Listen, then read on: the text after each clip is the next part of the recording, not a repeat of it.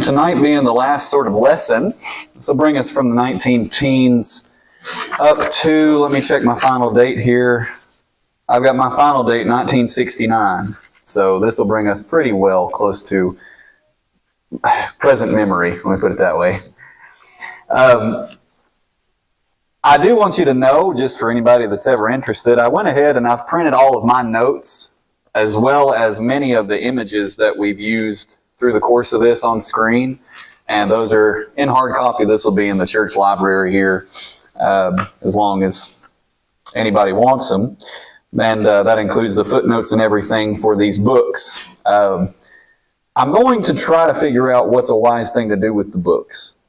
They've been well taken care of all these years, so I hate to mess a good thing up, but at the same time, I'd love for some professional to have care of these, an archive or something like that, especially the most old ones that take you back to the 18 teens and all that. I don't know if there's a good place for those, whether it's the Southern Baptist Archive in Nashville or a local archive like Logan County or Western, I don't know, but that's going to be up to the church, not up to me. I'm not the master of that. But just to let you know, after this, there's going to be some stuff that I'll still be asking you. But as for now, we last left off in the 19 teens. Talked about how that Antioch had joined the Southern Baptist Convention in 1893. And in the early 1900s, Antioch became very, very active in the Southern Baptist Convention, which, for reasons that I'll explain in a moment, isn't surprising. But we mentioned how that we had even sent delegates, and that's what they called them back then. They called them delegates, not messengers. We used to send delegates, and they would send them all the way to Dallas, Wilmington. And so in the early 19 teens, we keep that up. 1915, we send Brother Holland to Houston, Texas. June 1917, we actually sent 4 messengers to New Orleans to go to the annual meeting there. See if any of these names, I know some of them will mean something to you, but Hallie or Haley Johnson, H-A-I-L-I-E, Haley, I'm expecting Haley. Haley Johnson, it had to have been a man. Back then, they didn't let women vote. So it had to have been a man, Haley or Hallie Johnson. R.P. Purvis, now you'll see him buried here, just front row in our cemetery. You'll see the big Purvis stone. He's buried there. We'll talk about him more. Charlie Stinson, I know that name's been mentioned here. Some of you... There's a man, I don't know if they working or not. Okay, I'd imagine so. If he's your great uncle, that would be 2 generations before you, 19 teens. Okay, that would make sense that this would be the same guy. So yeah. I'll check the tombstone. He'll be very handsome. Okay. I'll check the tombstone. Yeah. And J.M. Gower was the other messenger or delegate. But they each went to New Orleans. And then something really cool happened in October 1919. This was cool to me. It's probably not cool to anybody else. But October 1919, Antioch voted to participate in what was called the 75 million campaign, which, this is so cool. This is one of those things that's one of the most important things that Southern Baptist ever did, and it's one of the most forgotten things that we ever did. So through the 1800s and into the early 1900s, everybody was in debt. That was just the nature of it. Everyone was in debt. And this isn't even into the Great Depression. People were actually taking out loans because the economy was doing really well. So they would take out loans because they didn't expect anything to go bad. The Southern Baptist Convention was included in that. As a convention, we had taken out loans to purchase Southern Seminary, Southwestern in Texas, and I think there was one more. We didn't have all 6 yet, obviously. But we had Southwestern and Southern, and we were in debt for those. And we actually got into the business of being a bank. This gets into modern memory. The Southern Baptist Convention would take out loans from major banks like Chase, and then they would give that money to small churches, and they would require it back with marginally more interest. So they would take the loan out from Chase at, say, 3%, and then they would give it to the churches and require the churches to pay it back at 5%. That way they could pay back Chase, and the convention could make some money as well. That's a bad idea, but we got into that as a convention, and we got into the banking business. Well, in 1919, we were immediately after World War I, And most Christians, the denominations, the Methodists, the Presbyterians, and the Baptists, figured out that people had what we would now call expendable money. They had spending money. They had extra money. And we found that out because the United States was late in getting involved in World War I. We didn't really want to be involved. We got involved because they sank a ship that we lacked. It's a whole other thing. But we got involved late, 1917, and we start trying to get in this war machine roaring. And to get the war machine up and running, we took war bonds. And what they found was that Americans had plenty of money to go buy these war bonds. And then the war ended. And so these denominations, the Presbyterians, the Methodists, the Baptists, they all figured that out. They said, well, our people have a lot of money that they could be giving that they're not. They just have it for a cause. And they're waiting for a cause. And so the Methodists and the Presbyterians immediately, 1918, they jumped on the ball and they had these huge fundraising things for their denomination. The Baptists waited until late in 1919. And we came out with this thing called the 75 million campaign, where we said over the next 5 years, we want to raise $75 million. And with that, we'll pay off all the debts that the Southern Baptist Convention has, and we'll expand the Home Mission Board and the Foreign Mission Board and make them larger. So we'll do more missions and pay off our debts. Sounds like a good idea. And at $15 million a year, it was feasible in their minds. So they put this forward.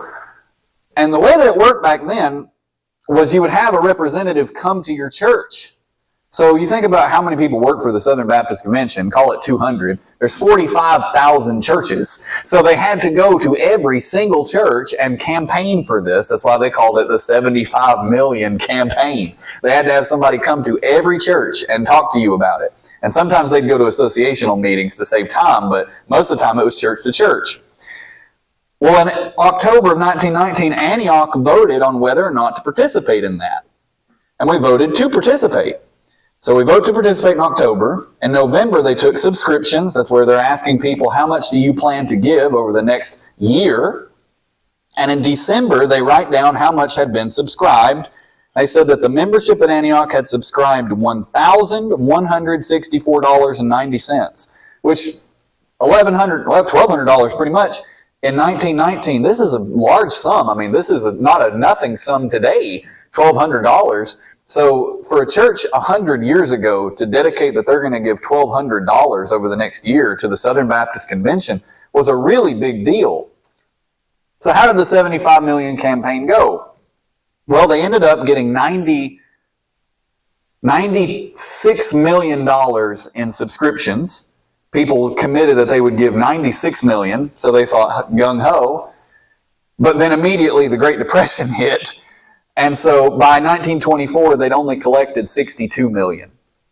So in that sense, it didn't work, but it was a lot more money than they would have gotten otherwise. And so the Southern Baptist Convention realized if we ask people to give continually, instead of taking up occasional offerings like the Lottie Moon, Eliza Broadus, Annie Armstrong, if we just ask people to give to the convention continually, we'll get a lot more money. And so, because of the 75 million campaign, they come up with this idea called the cooperative program. And so this is the beginning of the cooperative program. This is where it comes from. They came up with the idea in 1919, and Antioch was in on it from the start. So this is actually a pretty cool thing. There's not a lot of churches out in the woods that participated in that. That's actually a really cool thing that shows that we were committed to the Southern Baptist Convention from the start. That's pretty neat. But I said that shouldn't surprise us. Let me explain why. This area was a major hub for Southern Baptists in this era. From the mid-1800s through the early 1900s, this region was a major Southern Baptist stronghold. In fact, in 1866, the Southern Baptist Convention had their meeting in Russellville. So that just blows me away when I found that out. Because now those meetings are 20, 30, 40,000 people. You imagine 40,000 people converging on Russellville. They'd think they'd been invaded. But that year, 1866, they only had 244 people there. So it was like a normal church now. But in any case, the Southern Baptists have had a stronghold in this region for a long, long time.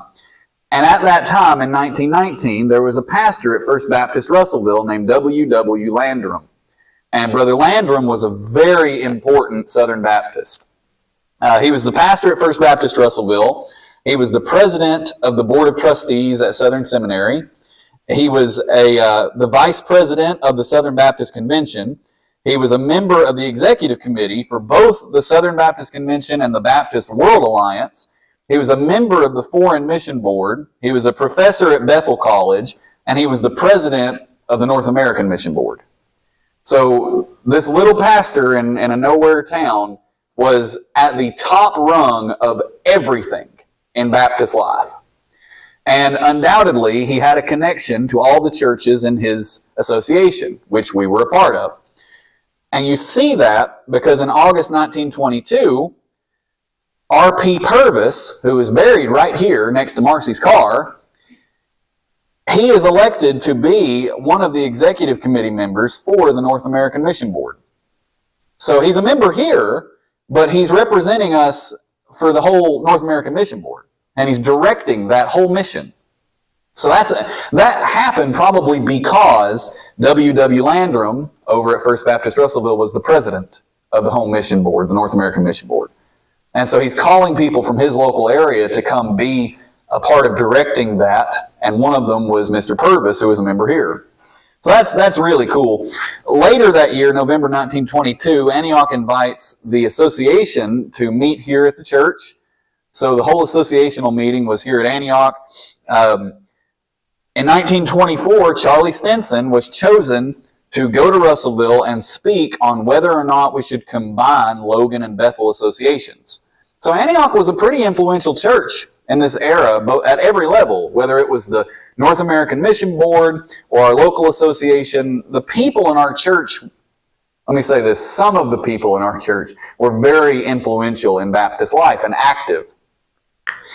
At the same time, and it's a lot like many of you know this has been the case in years here at Antioch, 90% of the church was doing nothing, and 10% of the church was doing everything. So, and that's a lot of times how it is in churches. That's how it's been in years past. Most of the church does nothing, and some of the church does everything. That was how it was going in these early 19-teens. Antioch really ebbed and flowed through these years. 1915, we reported that we had 145 members, but none of them were attending. So they did another church membership purge. They started taking some efforts to try to get the church back running well, but they were mostly ineffective. We fell back into the habit of cycling through pastors, which doesn't go well. Again, if you didn't get that point last week, when you have regular pastoral turnover, that's really, really bad. But it was worse in this generation than the generation before. They hired a new pastor about every 4 to 5 months. Which I don't know how you even do that, honestly. For example, we voted in a new pastor in May of 1916. We voted in another new pastor in July of 1916. So we vote a guy in May. He's here in May and June, and then in July we're voting on a new pastor. So they just go through this sort of cycle of pastors coming and going really, really frequently and too frequently. And so they try to stop that because they know that's unhealthy. In July 1919, they raised the pastoral salary to a lump sum of $150 a year. And that actually helped, believe it or not. I've done the math on that. $150 a year in their day, when you account for inflation, would be about $23,000 a year today. So definitely not a great wage, but you could get somebody to do the job, right? That's more or less what they were going for. And that worked. Through the 1920s, Antioch had a couple of long-term pastors, and the church grew both in membership and regular attendance. A couple of examples, April 1926, they say that they had 34 members and 54 visitors present. So that's 87 people. May 1926, 47 members, 64 visitors. That's 111 people. That's for a business meeting. 111 people present for a business meeting. Can you imagine? And what did I say? 64 of them visitors. They can't even vote. So, like, you've just got these people that are showing up just to direct the church. June, 42 members, 38 visitors. That's 80 people. So these would be good numbers today. I mean, for attendance, 80, 87, 111, we would be tickled to have this many people here. And that's for their business meetings. So they were doing really well up through the 1920s. Their pastor, S.P. Browning, he was the guy who led the revival where Leslie Williams was converted and became a member of the church. He was at Antioch for a decade. He's actually one of our longest serving pastors. There's only been about 4 pastors in Antioch's history that have stayed more than 10 years. So we've had this problem of cyclical pastors for a long, long time. But he was here for 10 years. He got the church to a really, really good growth. In fact, in October 1929, they postponed their business meeting because they said too many people were here. And that, be mindful, October of 26, they had 111 here, and they had the business meeting. So in October 29, they say there's too many people here. They don't even take a head count. So you have to imagine how many people were here when 111 was fine, but now we got too many people here. So church was really doing well. They made other efforts that seemed to have helped. December 1917, they start fundraising for an organ. They wanted to have an actual musical instrument in the church. We'd never had that before. We went a full 100 years with no instruments whatsoever. So December 1917, they start fundraising. They bring the organ in. But again, terribly, the Great Depression hits immediately, so it was a bad time to be buying an organ. I've got this on the next page. I'll go ahead and tell you. In March 1937, they have to sell the organ. So it was here for about 8 years. Sorry, public school. So they had the organ for 18 years, but they had to sell it because of the Great Depression. So they just tried different things, but the Great Depression really took a toll on them. May 1933, for the first time ever, they decide that they're going to put a lock on the church doors and start keeping the church locked. So that's an indicator that things were getting desperate. They expected that people were even so desperate that they might start trying to steal from the church. And so things were just really hard. And some of you grew up, your parents or even grandparents were in the Great Depression, and you remember them recycling aluminum foil and things like that. They wouldn't throw aluminum foil away, and they never got rid of anything. They just kept everything, and they grew through that. They remembered that. So that was the era that they went through. That really was a super hard time for Antioch. So I mentioned in 29, they had too many people to even have the meeting. So probably well over 100 people. By 1935, they're down to 27 members and 5 visitors present. April of 35, 1935, they had 27 members and 4 visitors, so 31 people. So the church just really shrank a lot through the Great Depression, especially toward the end of it. Brother Browning, he actually was asked to leave in 1935. They probably thought that a change of leadership would help. So 1935, the church requests him to leave, but things kind of kept going downhill. Like I said, in 1937, they have to sell the organ. And in that period, it got to the point where if you were the pastor or the custodian, you just kind of expected not to be paid. They really could not pay you. They would take up these special offerings all the time, trying to pay their pastor, but they almost never could. And one of the things that's interesting is they start taking a note in the minutes of how much they pay their pastor every meeting versus how much they owed him. So they would say, we paid our pastor $12 this week, still owe him $46. And then the next week, it wouldn't be that they still owed him, say, $36. They were counting that week by week. So the next week they would say, we paid our pastor $18, still owe him $55. So the debt would go up because they couldn't pay him what they owed him every week, even on a weekly or a monthly basis. So it was really hard. And by the end of the year, it just got to the point where you just really didn't expect to be paid, especially not what they had said that they would pay you. And we talked about how that in those later years of the Depression, the church started banning people from having lemonade stands on the church grounds because it was taking money away from the offering. So they had to just really penny pinch. And as a very interesting transition, this presents us with something that we still do every single year here at Antioch. So they voted on their pastor in June, which means the last year's pastor would be there through June. They would vote the new pastor in June, and then they would start with the new guy. So they had to pay the last guy the full sum of what they owed him in June. Okay? Well, they almost never had it. And oftentimes they'd get to April and May and realize they didn't have it, and they would have these special collections that almost never worked, and they would try their very best to pay the pastor what they owed him in June, but they didn't have it. So, by the time you get to 1938, things are so bad that they understand that they cannot pay their pastor everything they said they'd pay him, but they're starting to feel really bad about that because they don't want pastors to just start leaving all the time again. So, in April of 1938, the church agreed that they would have a special called meeting. We always met on the first Sunday of the month. They say, we're going to have a special called meeting the fourth Sunday in May. And then our first Sunday in June, we'll have our vote on the pastor, and we'll pay our last pastor. But we want to have a special called meeting the fourth Sunday in May to take up a special collection so that we can pay our last pastor.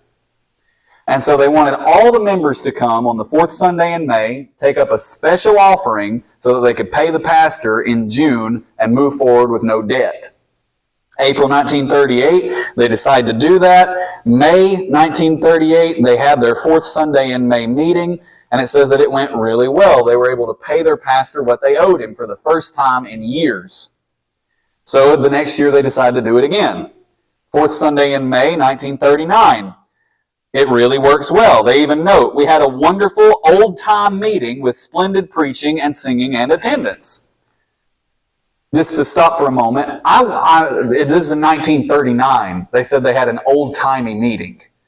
Like, what does old-timey look like in 1939? Were you candles? Like, what did they bring to make it old-timey in 1939? They're probably still riding horses, most of them. So it's like, what did you do to make it old-timey? I have no idea what you would do to make it old-timey in 1939. I don't know. I won't make a bad joke. But they said they had an old-timey meeting. Went really well. Preaching's good. Attendance is good. Singing's good. And every year after that, they continued to do that. The fourth Sunday in May, they'd have the whole membership come together, take up a special offering so that they could pay their pastor and vote in the new one. And they did that all through the 40s. And by the time you get to the late 40s, we've come through World War II, and the economy's really getting better. Things are a whole lot better. And so they don't need to take up these special offerings anymore, but they found that they just really liked having this meeting on the fourth Sunday in May. And so in May of 1950, they had just added on these new Sunday school classes behind the pulpit. And they said, we'll have a dedication service for these new Sunday school classes on the fourth Sunday in May. And you know what we'll do this year that we've never done before? We'll bring in special singers. First time ever. So they brought in a special singing group, May 1950, and for the first time, they had a celebration service instead of a special collection service. Up to that point, it had always been sort of like emergency, we don't have enough money. But in 1950, it was, let's have a celebration. And so they did. They dedicated the new Sunday school classes. They had special singing. And so ever since then, the fourth Sunday in May has been a special celebratory Sunday here at Antioch, which we now just call homecoming. So I'll leave this question with you guys. I didn't really know how to fall on this, so I'll let you guys sort of decide this on your own. It could be said that from May of 1938 to May of 1949, the fourth Sunday in May was an event of necessity. They were trying to get enough money together to pay their pastor. The first event that we would recognize as homecoming would be the fourth Sunday in May 1950, because it was celebration, special singers, and all of that. So the question is, which one should be considered the first homecoming? May 1938 or May 1950? And I'll leave that with you guys to decide for yourselves. Another major transition in this era was the place of women. Ladies were not granted much of a position of note at all in, say, the first 100 years at Antioch. You'll scarcely find them in the notes. They are not there unless they're involved in church discipline somehow, but they're not really mentioned in the notes. Just to give you an example of how extensive this is, the position of women up to this point, in December of 1935, we had a vote on a new pastor. They write down that there were 34 members present for the vote. And then they say that the vote went as follows. 3 were in favor and 5 were against. So the candidate was passed over. So again, I'm public school, but I did take math up through, 12th grade. So you got 34 people present and only 8 people voting. So why is that? And the answer is, women weren't allowed to vote. So you could be a member all you want, but you can't vote. And so this was a very common thing at Antioch. I don't know about other churches. I'd expect so in other churches. The Southern Baptist Convention didn't let women vote until the 19-teens and 20s when suffrage came through in America. But the fun thing that I get to put in the notes is that it wasn't until the 15th of March 2020 that we actually codified that women have the right to make motions and vote. Because I was here for that, and I've got a copy of the minutes from that meeting where we actually made it codified and formally the case that women in this church can make motions and vote. That's my time, okay? So I'm proud of that. In future years, I'm sure I'll be called a liberal, but that's okay. Let it be known I gave women the right to vote at Antioch. So I get to be the Abraham Lincoln of a generation, which is pretty cool. As a way of closing this out, though, I want to take us through the 6th and 7th books really quickly, just kind of bringing through some figures that we know and love so that you can know that these books do cover recent memory. As you're walking out, I want to remind you, I can see them from here. One of the graves you'll see is the Links, L-I-N-K. Miss Ella Link, who was the wife of Elmer Link, I can see, she was the gravekeeper for many years here. And this is when we just had this graveyard. By the way, what's the difference between a graveyard and a cemetery? Aha! A graveyard is attached to a church. A cemetery is not. So now you know. So Antioch has both. We have a graveyard and a cemetery. The more you know. That's the difference. That's actually the difference. So in our graveyard, you'll see Miss Ella Link, who was our gravekeeper for many years, as well as her husband Elmer. You'll also see P.R. Purvis, who has a much bigger and more notable, you'll see Purvis written on it. Him and his wife had their stone there. He was an associational leader and a messenger and a member of the North American Mission Board. So big names there. If you go further into the cemetery, you'll see the Duncan family, as in Duncan Ridge. Zachariah Duncan, who is the person that this ridge is named after, he's buried here. His wife and his children, several of them are buried there. He's the oldest person with a stone remaining. I think his birth date was around Revolutionary War era. So he's I think the 1760s is when he was born. So he's the oldest person with a remaining stone. But aside from the graveyard, I know, Michael, you usually bring your records of the family tree, so I can get you a copy of this if you don't have them tonight. But Nick E. Christian became a member here alongside Fanny Christian. They both died in the 1940s. Nick died 17th of December, 46. Fanny died 23rd of November, 1949. They became members here in September of 1926. There was a big gap between them and John Christian, who was a pastor here. Michael, you told me this weeks ago. John Christian died in 1858, I think you told me. All right, while you're looking. But there was a big gap between 58. Are you there? All right.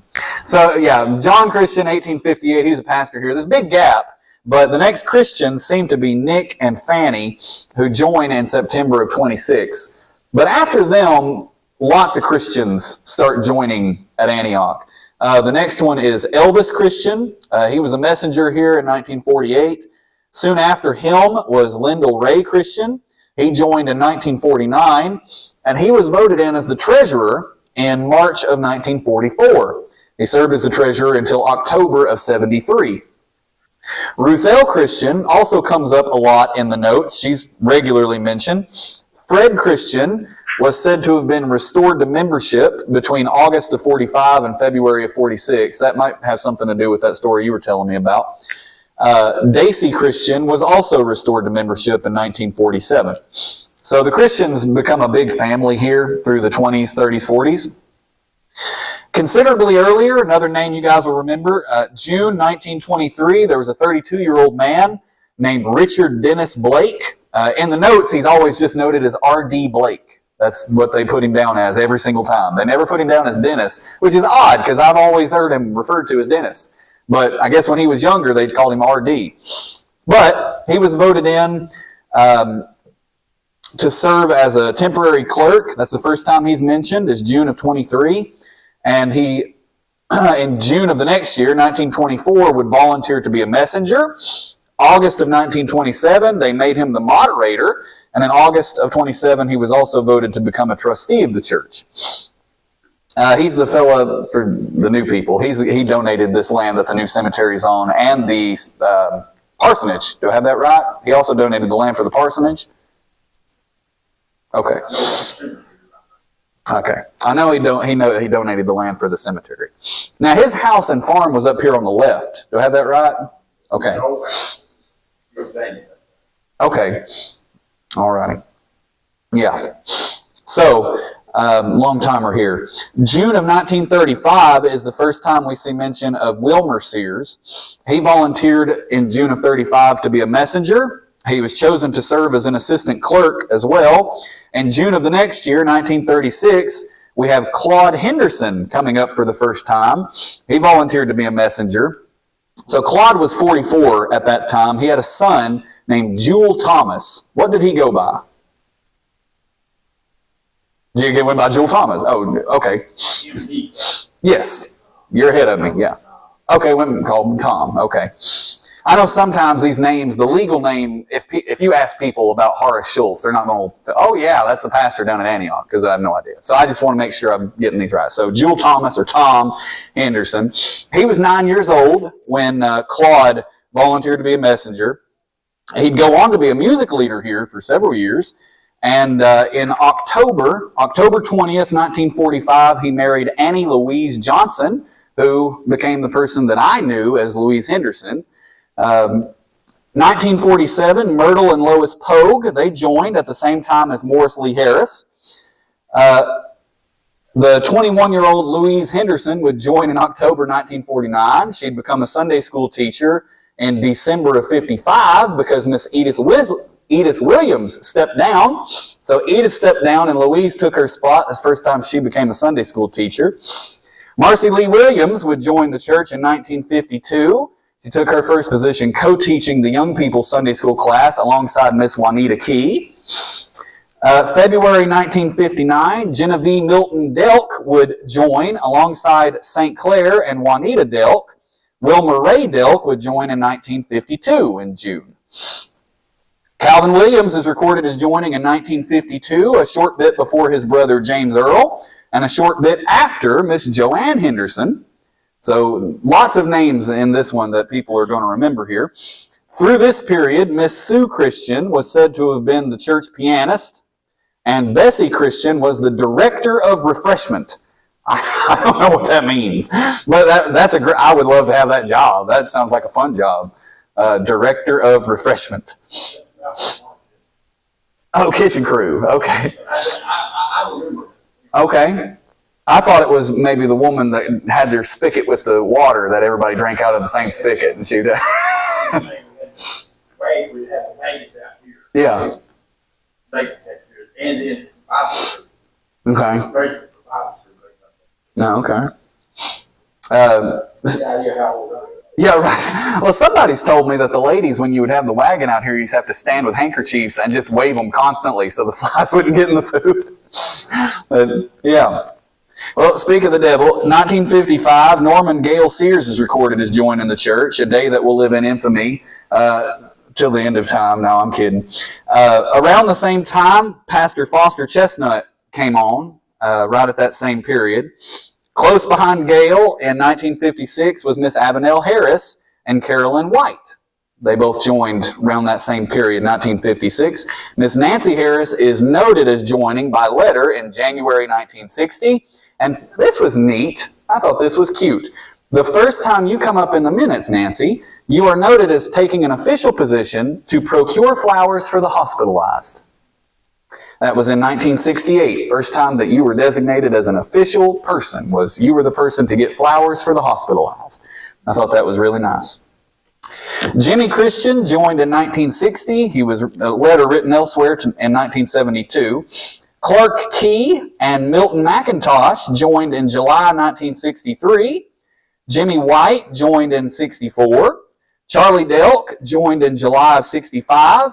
That same year, Clara A. Dean and Janice Delk, along with Janice Delk, later Shiflett, joined in 1966. Palma Christian joined in March of 67 at the same time that Homer Laster was voted in. Leonard Clardy joined in August of 1968. Now, y'all might have to help me. The handwriting on this one was bad.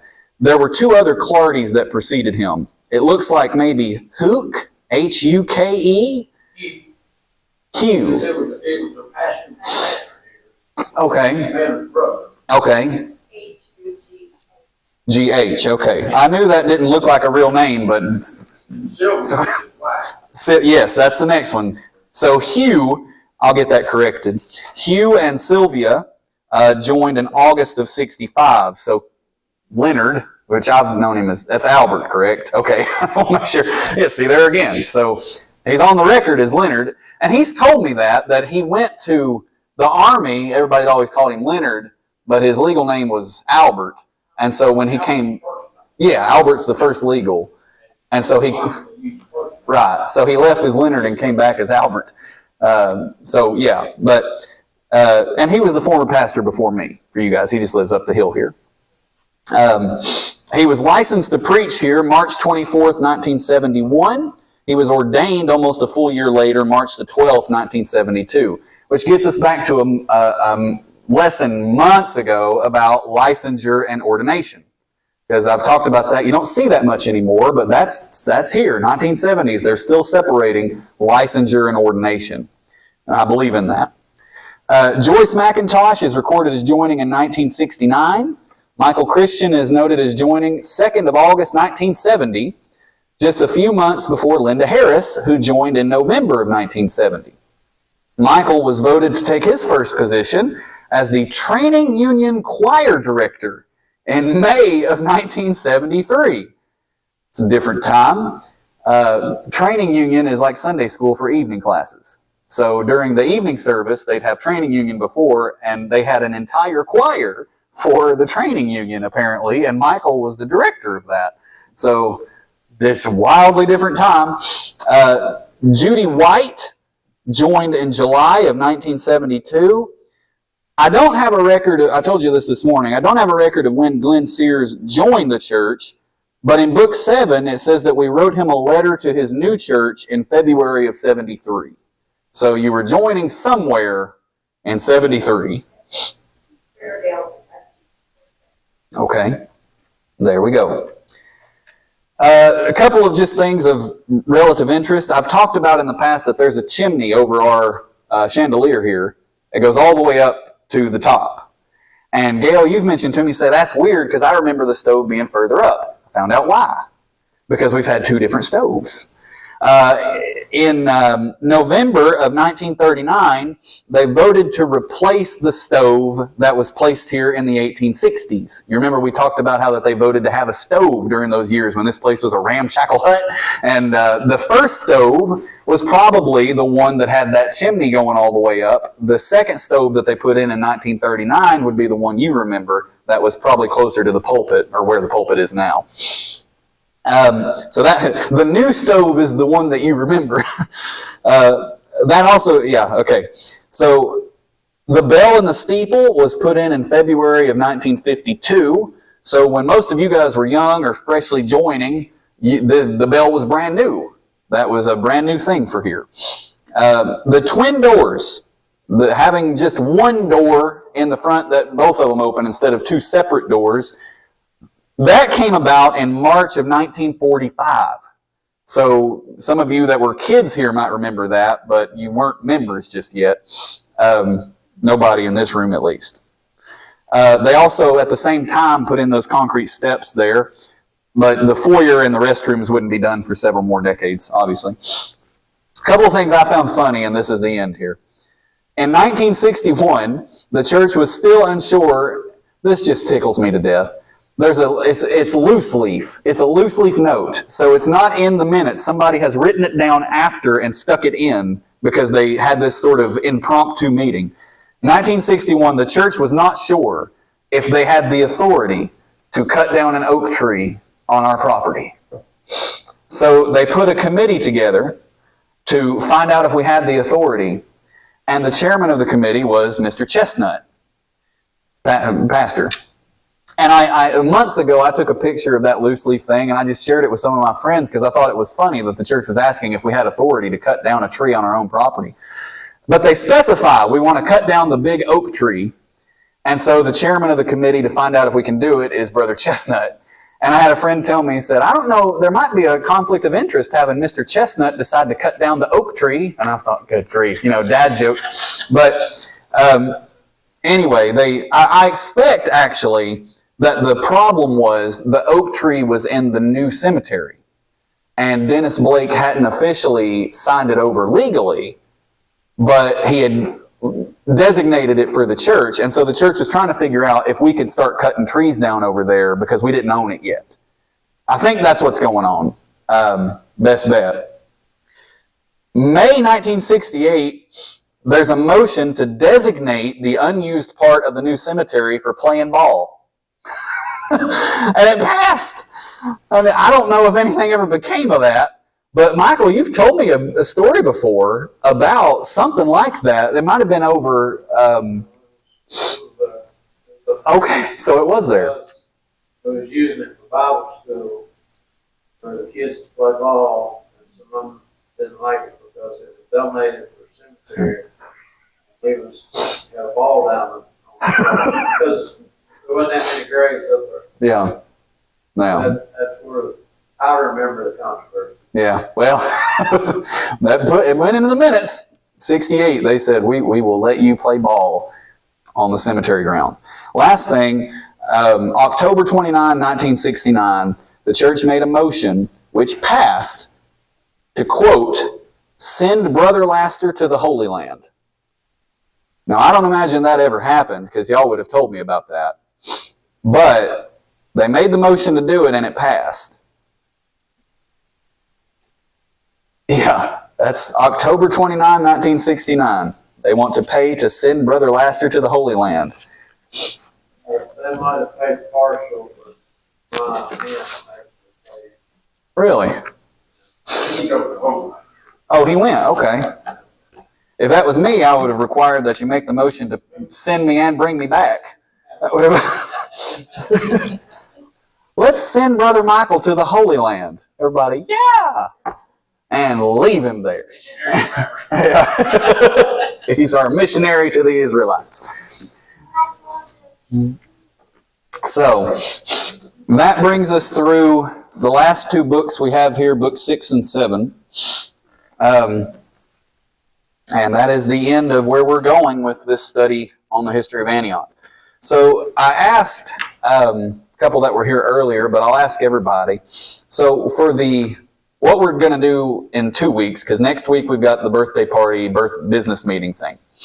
But in 2 weeks when we come back together, I like us to be sitting at a table. That way we're a little closer and you guys don't have to shout from your pews so that you can talk and be heard when we're doing that.